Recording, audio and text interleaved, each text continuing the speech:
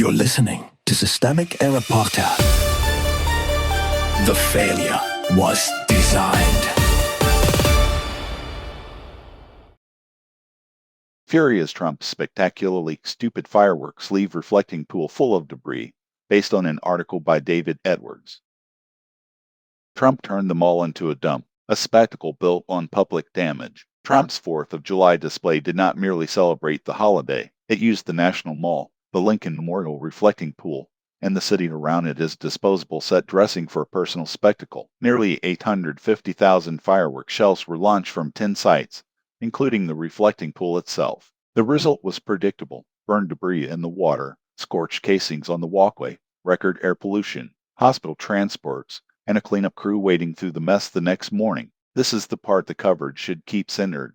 The damage was not accidental in any meaningful sense. It was the product of the decision made by people with power, on land they do not own, using public space as a stage for private political vanity. Power made the choice. The institutional power here sits with Trump, not with the public he polluted and not with the workers sent to clean it up. He controlled the event through his nonprofit Freedom 250, then celebrated it on Truth Social as the best fireworks show ever. That is not commentary from the sidelines. That is ownership of the outcome.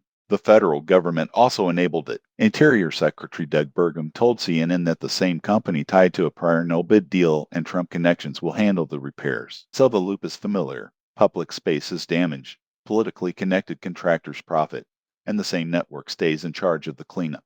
The cost was externalized. Washington briefly had the worst air quality on Earth. Officials issued a code red alert warning the air was unhealthy for seniors, children, and people with medical conditions. Emergency responders recorded 96 patient contacts and 40 hospital transports from the National Mall. That is not the footprint of harmless celebration. It is the cost of governing by spectacle, where injury is treated as an acceptable byproduct as long as the event photographs well. The people who paid the price were not the decision makers. They were residents, visitors, and workers who had to breathe the air and clear the debris. The framing is too soft.